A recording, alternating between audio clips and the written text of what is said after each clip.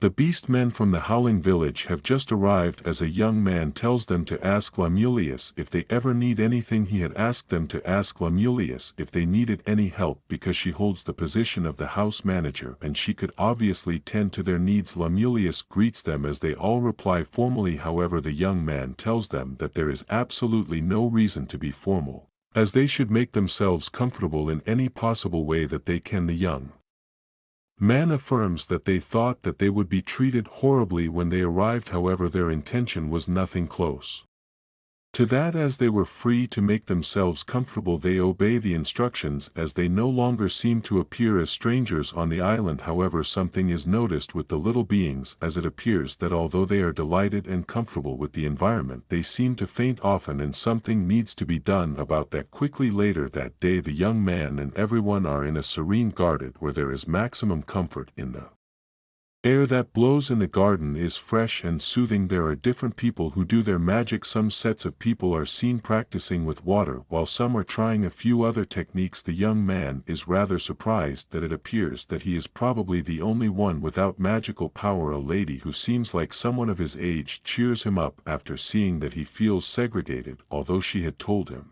that everyone possesses a magic of their own, she is quick to tell him again that he is apparently not the only one without magic. After a while, some sets of children come to tease him as they want to hang around him. He is scared that they might display a sense of magic which can project him as useless. They are to carry out the task with the use of apples. The lady quickly tries to dismiss them after seeing the insecurities they seem to bring to the young man's mind. In the process of doing this, they are interrupted by the report that two beasts seem to be fighting on one side of the island. They had heard a noise that was enough to be mistaken for an earthquake. They never thought it could be two animals fighting. It appeared to be a grappler bear and a bloody viper. The viper must be really huge for the ground to shake that much. The fight is happening in the northern area of the forest, and they can feel the ground of their part of the forest, which is far from the northern part of the forest. The girl that had come to give the report states that the fight must be stopped immediately as it might affect the well-being of people who reside in the forest. They immediately get ready to get rid of the havoc that seems to have struck the forest. The young man, who is usually referred to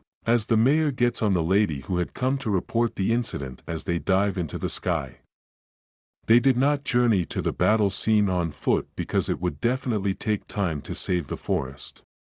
They appear at the scene in no time as they are both shocked to see how big the viper and the bear are. The mayor had spoken earlier about eating animals in the forest area, but they had not taken him seriously. He instructs the girl to dive into the fight. Serene quickly. She's reluctant at first because she's convinced that they will eventually get hurt. However, it is very important that she obeys her master as she dives into the fight scene. Immediately the mayor slashes through these animals without mercy as they appear dead. After the whole ordeal, she is shocked that he actually means to cook and eat them. They transport the big animal home as he uses their wine and alcohol to prepare a delicacy that seems weird to everyone at first. He cajoles every one of them to taste the animals as they really appear tasty. He had fried the viper and it tasted like chicken. They eventually try it only to also love the taste. They had more to eat as the meal was really delicious. Later that day, the mayor visits Flora's building to get supplements to prevent the leftover meal from getting spoiled.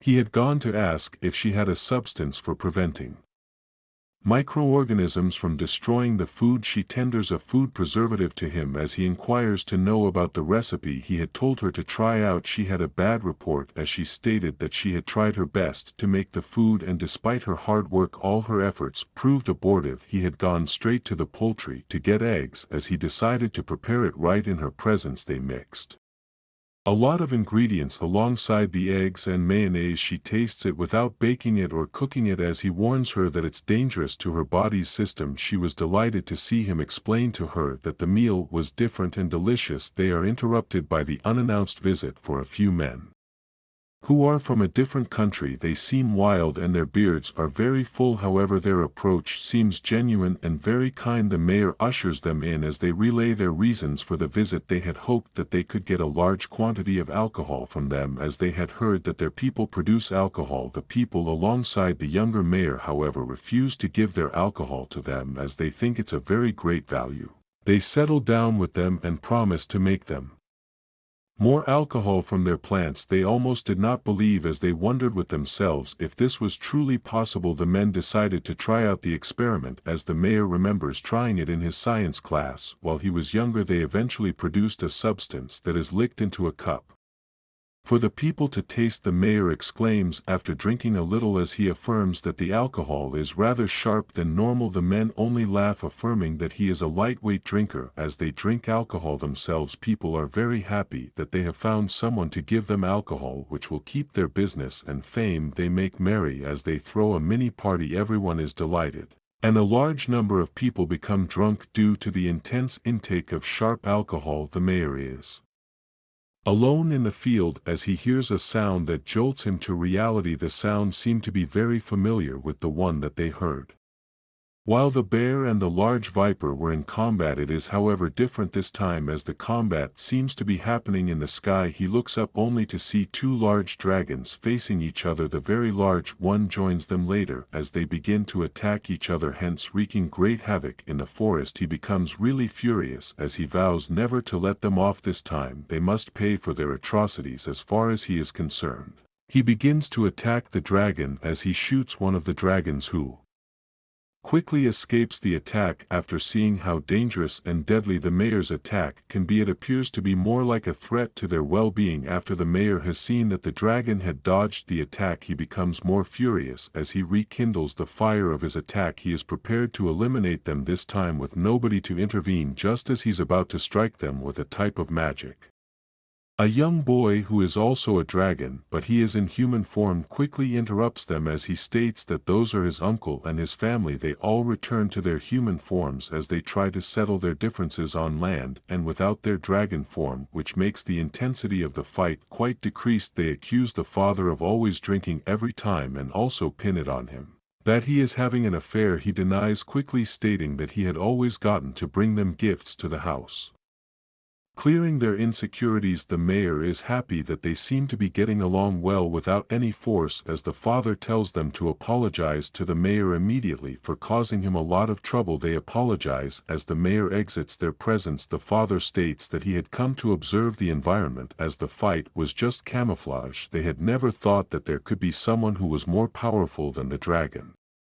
In order for them to feel safe and protected, the mother orders her daughter to stay in the forest and observe the people and also keep them safe. Her father had interrupted her mother while she was dishing out the instructions, but she ignored him as she had already made her mind up. They all return except their daughter. They had told the mayor to assign her to a particular job to keep her very busy, as she gets really busy. However, during the course of her stay, they find out that the wolves and even the other animals have been suddenly scared of the dragon ever since she had joined them. This bothers the mayor as he tries to see if there are other sectors that she can function in which would keep her away from the animals.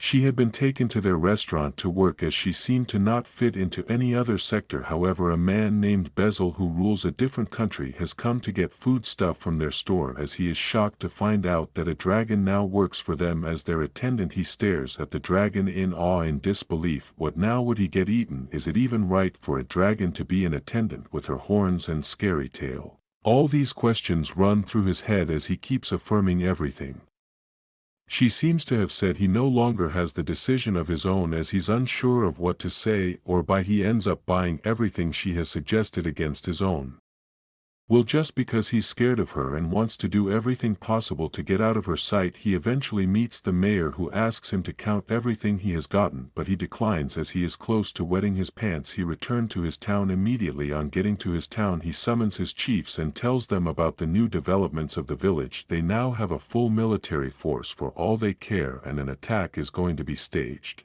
against them soon. The question of their success or failure strikes them immediately. He dismisses them after making up his mind to send a spy to their town who will give him an appropriate report of everything that is happening in the village. Later that evening, he summons his only daughter, as he states that he is Sending her off as a spy to a small town, the young girl did not decline, as she would go on the mission since it was her father. The very next day she meets the Lady Dragon. On arriving to the town, her reception was very warm, as she did not know her true intention. Beasel's daughter, however, is not as timid as her father, as she kept asking questions about the environment and people that reside in the environment. Later that day she sees the other wild beasts and the strong dwarves that are in the town. She accesses them quickly, as it comes to her knowledge that they will hardly be able to defeat them. They seem really strong and unique. It will only take a very powerful force to wipe them out or even create a slight threat. She goes to sit somewhere in the forest. As she settles down to analyze the data she had gathered earlier, she meets with the mayor, whom she underestimates, seeing that he is an ordinary human. However, her analysis is totally wrong. As she inquires about him, the dragon girl states that he had enough strength to even